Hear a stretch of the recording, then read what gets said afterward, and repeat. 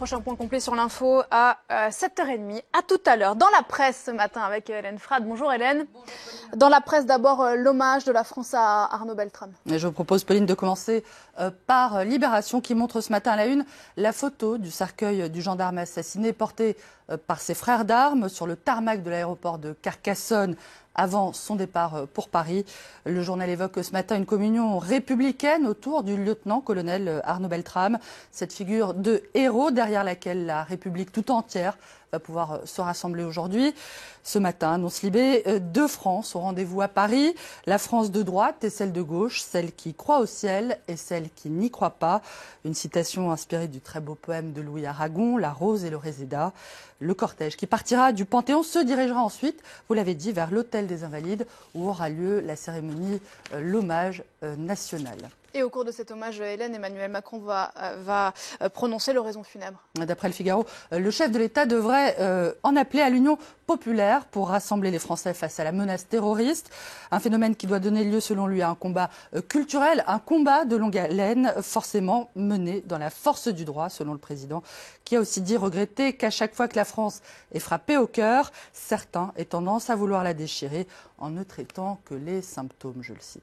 Autre hommage aujourd'hui, on en parlait dans le journal, celui rendu à Mireille Knoll.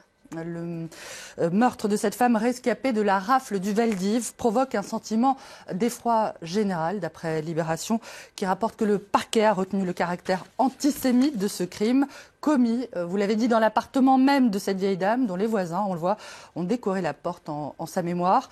Parmi eux, il y a Félix, lui-même juif et lui aussi rescapé de la Shoah, qui dit dans Libération avoir eu du mal à croire au départ à un acte antisémite et même qu'il aurait pensé que les responsables communautaires juifs s'étaient peut-être emballés un peu vite.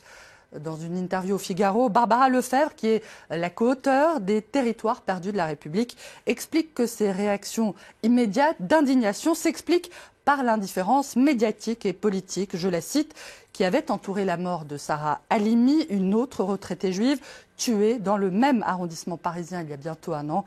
Le caractère antisémite de son meurtre n'a été reconnu qu'il y a quelques jours. La marche blanche prévue aujourd'hui à Paris et dans plusieurs villes de France. La lutte contre l'antisémitisme, ça a été l'objet d'un plan présenté il y a une dizaine de jours par le gouvernement. Dans la Croix, le patron de la LICRA, la Ligue internationale contre le racisme et l'antisémitisme, qui organise la marche blanche d'aujourd'hui en association avec SOS Racisme, se félicite de cette initiative du gouvernement, tout en disant attendre que le gouvernement mette vraiment les moyens nécessaires à la lutte contre le racisme et l'antisémitisme.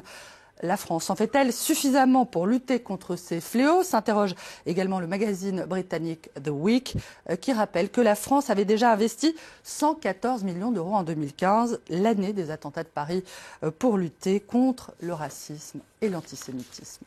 Dans la presse aussi, Hélène, aujourd'hui, cette rencontre secrète ces derniers jours secrète, c'est un peu loupé. Oui, ça ne l'est plus vraiment entre ces deux personnages, le président nord-coréen Kim Jong-un et le président chinois Xi Jinping. Le Huffington Post confirme donc que Xi Jinping a bien accueilli Kim Jong-un à Pékin, que le président chinois, on le voit, a bien reçu son homologue nord-coréen en chair et en os, je cite.